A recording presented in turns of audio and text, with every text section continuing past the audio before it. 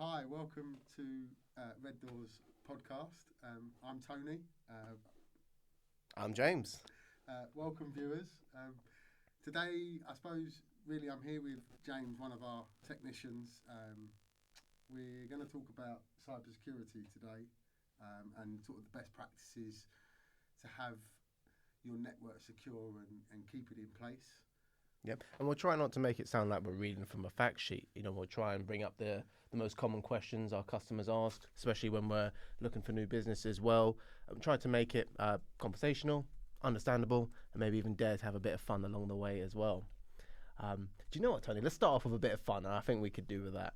If we were to do like a Red Door IT intro, who would you want to do our voiceover? Oh, that's a really good question.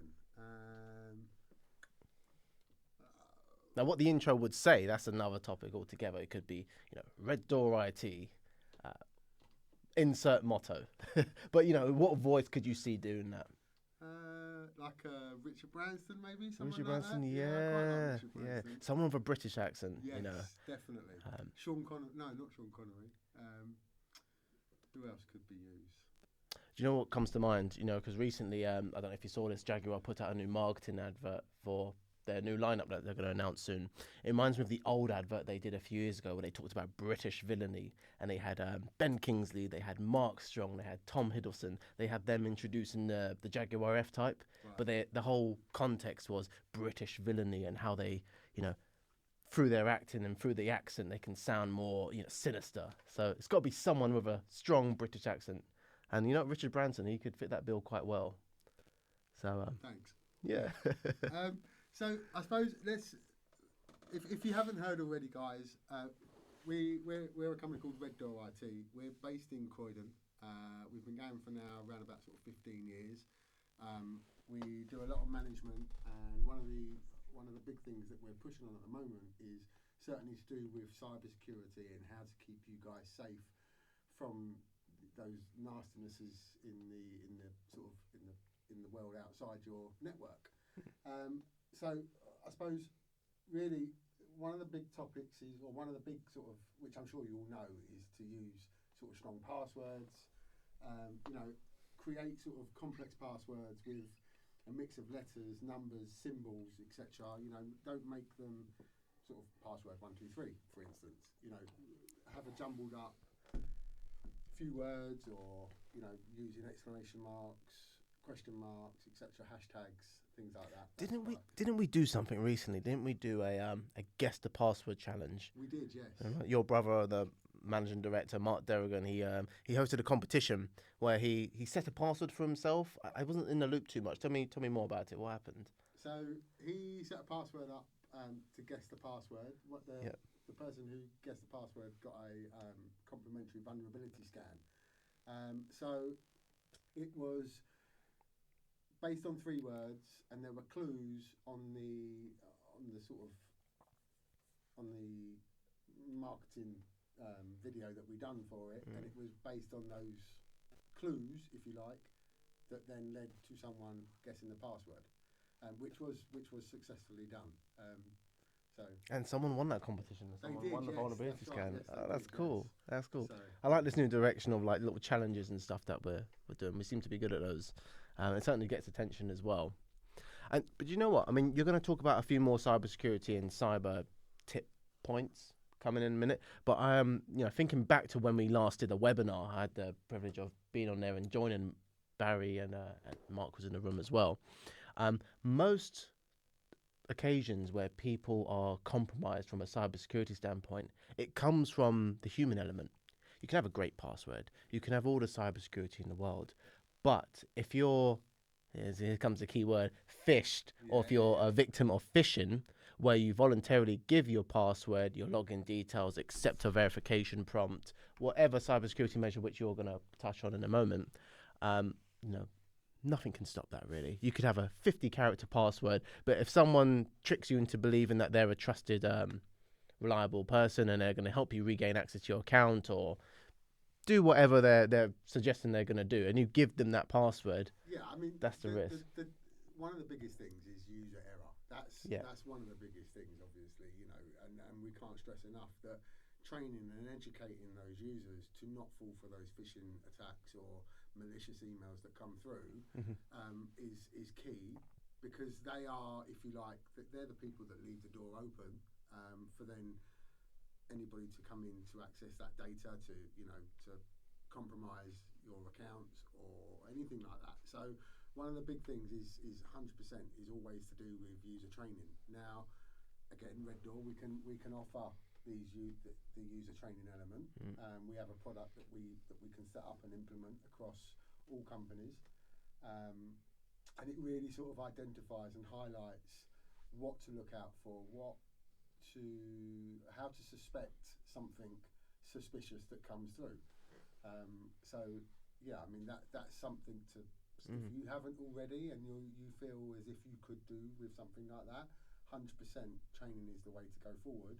It beats as well, being that it's an online service that we can offer, it beats the sort of, pulling somebody in to teach 50 different or 30, however many staff members you've got, instead of having it in one room, because staff changes obviously, instead of doing it in a whole room with one teacher, the sort of the continuous online training element, then it's more current. It's more up to date. It shows you what's viral now, opposed to what was hot topic, say last month. But then if you're not having another training session for say 12 months, whatever long it is, it's going to miss those sort of key elements within that.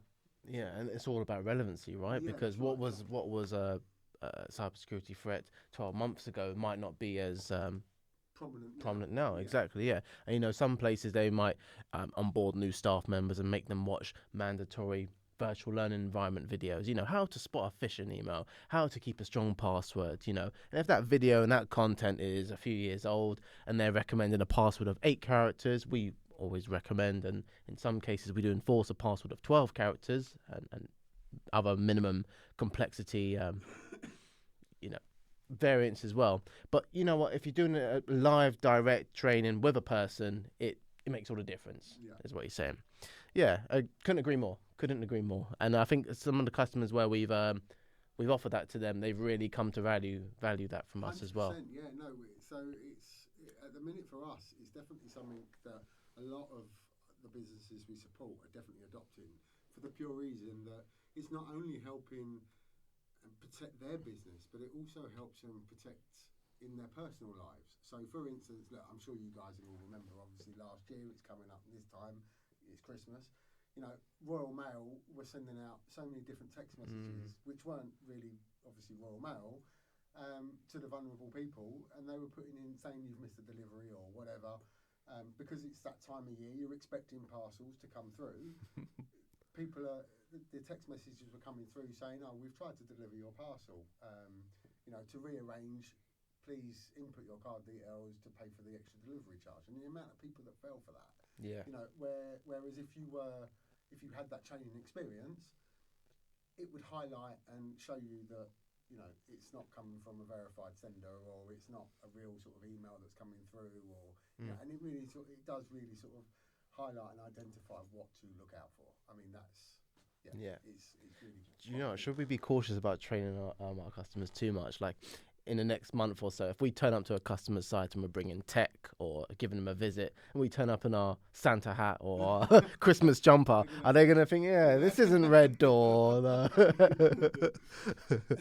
But let's return back to those other points you mentioned. So strong password was one of them. Yeah. What other top cybersecurity tips that we often get asked, we often tell our customers, and we will just back these all day long? So on the back of the sort of secret password, the top password element, one of the things would be to certainly enable multi-factor authentication. Now, that being MFA, again, that gives you that added layer of security. It gives you that sort of little bit more peace of mind to know that no matter what passwords you've got in place, and I'm not contradicting myself with what I said about having keywords or hashtags and question marks, etc. The MFA code is like an authentication method that when you sign in via your, let's call it Office 365 account, you've got to type in a randomized 6-digit, 8-digit number to Yeah. then access that account as well. So, you know, again, you've got that extra security to know that if someone does know your password, they're still not going to be able to access your account because you need the authentication code to be able to enter, if that sort of makes sense. That's right. And there are different types. Some are stronger than others. I remember a few years ago when it was introduced as two-factor authentication, because traditionally it was a password and it was like a 6-digit code that was text to your phone. Since then, obviously, you know, from a cybersecurity standpoint, let's call them actors, cyber criminals, they found clever ways around this. You know, they could call up your phone provider, say you're with EE or with Vodafone, whoever it may be, and they say, well, you know what, I've lost my phone. I want to transfer my numbers to somewhere else. They can generate a PAT code. They can move your phone number without you even realizing to another device, and then they can try to log into your account, assuming they've already cracked your password at this point, type in your password and get that 6-digit code to a phone of their choice. So to sort of stop that avenue of exploitation, what we normally recommend to our customers now is downloading a dedicated authenticator app. You know, I think you use this in your day-to-day life as well, the Microsoft Authenticator. Exactly that. And in principle, it's the same, but instead of a 6-digit code that comes to you via text, you open the app and there's either a push notification where you can hit approve, or there'll be a 2-digit number presented on your screen. You type that in your phone in the app, and it authenticate that way.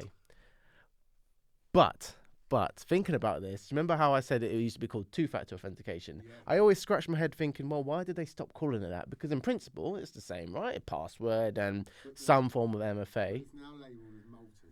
Exactly. And the reason for that is because there are multiple ways to, if you like, to have that authentication process. So one being, as you just said, you know, like an authenticator app. One being a text message, one being an email. Yeah. In a different form. You know, there are so many different types of authentication methods. That's why now it's labelled as the sort of multi opposed to. You're exactly right. Yeah, the variety of methods you can use to authenticate, but also the quantity as well. Like, think about it. You go on a website, you type in your password. Count with me. I stick up a finger every time I emphasize something. So 1, password. 2, I'm gonna go on the Microsoft Authenticator app I spoke about a moment ago. I've now got to unlock my phone. I use my fingerprint for that. So 2. I then got to open up the Microsoft Authenticator app. That's 3. Yep, that prompts for a fingerprint scan to actually get into the app. So that's 3, right? I then got to type in the code on the screen at the prompt. 4. Yeah. So there we are. That's quad authentication. There's multiple steps to get that. Yeah, several factor authentication. Yeah. Plus the way that it can come through as well. So there are maybe 2 hits with that. Yeah. So that's, I suppose that's sort of clearing up sort of password element. But then one of the other big factors to keeping, you know, secure would be to certainly make sure that all your devices are updated and patched and, you know, running the latest software and, you know, running the latest, whether it be firewalls or whether it be, you know, anything that you operate off of, iOS versions or, you know, Android versions, whatever device it is, it should be constantly updated and really monitored for that as well, because that will help, again, enhance the security across the network. Couldn't agree more. And I have some, you know, stubborn family members. They'll be like, oh, I don't want to update my phone because so and so's done the update and they've changed the way the emojis look, or they've added this feature or taken away this feature, you know. And I'm like, well, that's only part of the update. You know, updates, yes, they do bring fun new features. Sometimes they annoy us and take away stuff we're used to. But behind most updates is a security patch, a security update, something that's from the manufacturer that acknowledges the new threat that's being put out there and plugging a hole in it effectively, you know, stopping your device from being vulnerable to these new attacks. You know, it's a multi-million, probably even billion-pound industry for, you know, cyber actors, cyber criminals to try and gain access to your data. You know, information is probably a very valuable commodity, comparable to even gold, even dare I say. Think about it. You got the right information on something, an institution, a person, an organization. You can do a lot with that. Blackmail, ransomware is another thing. Where you can actually encrypt people's data, stop them gaining access to it. It could be a very important file, a spreadsheet that makes a whole business run. And that translates to real world money. So update, and it's not just your phones, is it? No. Right. I can't stress it enough. Obviously, that I'm not repeating myself. It's just you need to make sure that your systems are up to date. Yeah. Obviously, look, I appreciate that in some cases it's going to slow you down updating those bits of software, especially if you're doing them in your sort of 9 to 5 job. You might have to restart the PC for the update to happen, or you got to click the install button, etc., etc. That's where again, from RedDoor's perspective, we use the monitoring system, which sort of does all this in the background, so the user doesn't suffer the downtime, and that if you like, you've got peace of mind again to state that your device is updated, and it's secure. Yeah, that's the word. Secure, yes. Yeah, that's the word. And RedDoor, we do take that seriously. We if you're a customer of us already, you'll know that we do weekly site checks for you guys. We run patch policies on all of your equipment, which checks if there's a latest patch and then forces it to be pushed out and installed on your devices. We also do quarterly visits as well, right? Yeah. Where we go on site. Techs are more front facing, aren't they? You're sort of on site and you're doing the more physical checks and really sort of dialing down to the users to find out their sort of niggle points and where other pain points might be on the network and stuff. So, exactly. It's all well and good doing it remotely, but certainly that on site really gives that added feature of the friendly face of RedDoor, etc.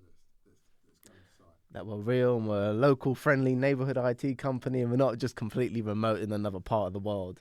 But do you know what? Speaking about quarterlies, because obviously I'm a services engineer. If you're an existing customer, you may have already seen me. If you're a new customer and you're thinking about joining us, you're likely to see me in the future, visit your site. But when I go on site and I tell people I have to update a piece of technology, I'm going to make you guess this actually, Tony, a piece of technology in their infrastructure, they're always surprised and say, well, I didn't realize that needed updates. I thought it just worked once you configured it, and away you go. Would that be the printer? Printer is one of them. That does surprise people quite a bit. But something more important, something that creates that bubble of infrastructure, their network. The switch? Close. The switch goes into the router. There we go. Because you think, well, you plug in a router, you got internet in your office, away you go. I've got internet. But no, that's a very crucial thing to keep updated, because routers are susceptible to attacks all the time. Yeah. All the time.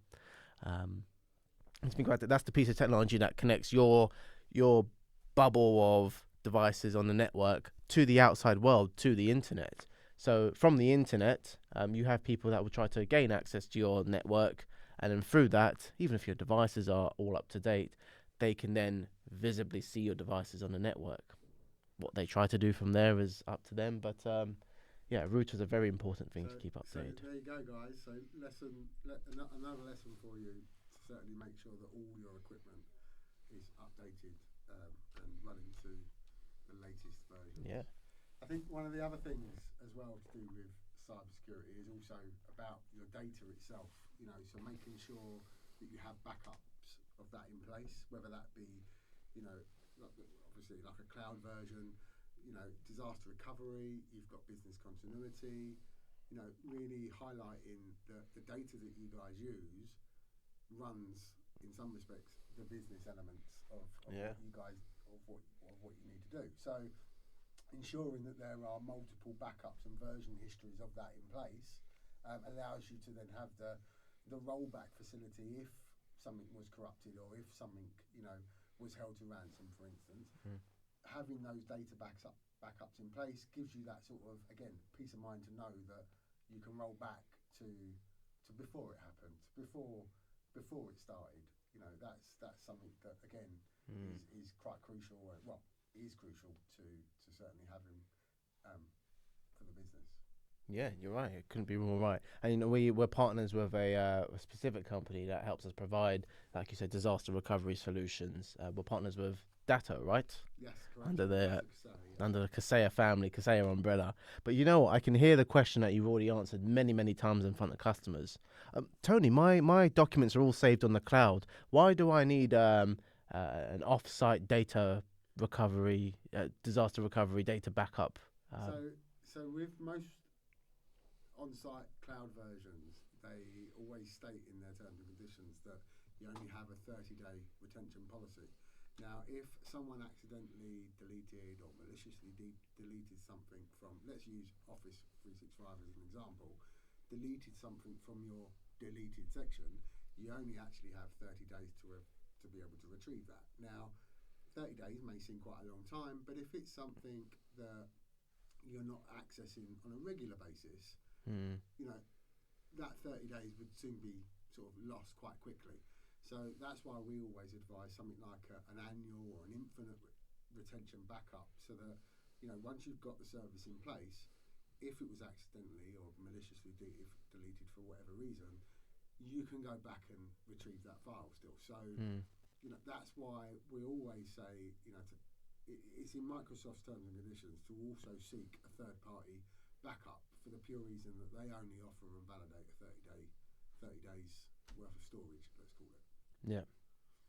I suppose one of the other things as well, not only to do with backing up, but, you know, look at limiting access.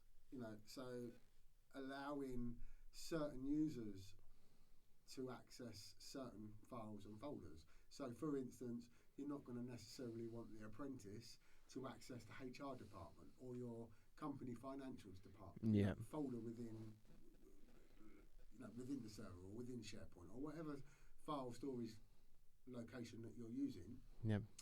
We advise setting up permissions, so that allows then certain users to access certain files.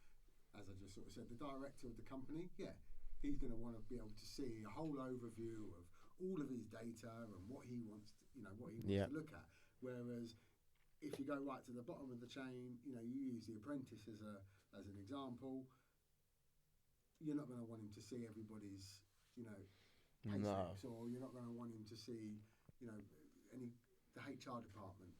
And adding to that as well, like, you know, not that he'll go and access files, but you don't want him to accidentally delete stuff as well. Of course, if he's frantically looking for his end of apprenticeship report and he's scrummaging through the HR folder and he accidentally, you know, hits a delete key by mistake, you know, he deletes some important HR document, you know, that's just as devastating as him opening it up, editing it, and you know, seeing stuff he's not meant to. So all of that really, you know, just enough access, you know, see what you're meant to see based on your job role, while still having the ability to hold all of your data on the one SharePoint site. Yeah. And then I think that sort of brings us to the last bit of this section. You know, perform regular risk assessments. I think, again, that element is quite key to making sure that cybersecurity is in place for your network. And when I mean regular risk assessments, I mean try and really identify the vulnerabilities in your system and address them on a more proactive base, you know, on a proactive basis. Because again, you know, it goes to all topics, from the cyber training to data backup to, you know, making sure that all of your systems are up to date and in place. Without having those risk assessments, you need to, if you like, plug the holes that you feel are quite weak at the moment. That's it. And you don't have to do that on your own either, do you? I mean, tell us at the start when we first onboard you. Tell us over the phone. Tell us when we come visit you for quarterly. Pop into our office. Either way, anyway. If you have a light bulb moment and you think, oh, I could plug that hole by doing this or doing that, or I have an idea, but I'm not too sure if it's right. I read it online somewhere. I wonder if RedDoor could help me clear the air. You know, we've had a few calls like that from our customers, haven't we? Exactly. So you know, look, we're gonna sort of finish it here, but obviously, if it's the first time you've listened to one of our podcasts, we're RedDoor IT. Feel free, check us out on our website, www.reddoor.net. Yep. I'm Tony. I'm James. Thank you ever so much for listening.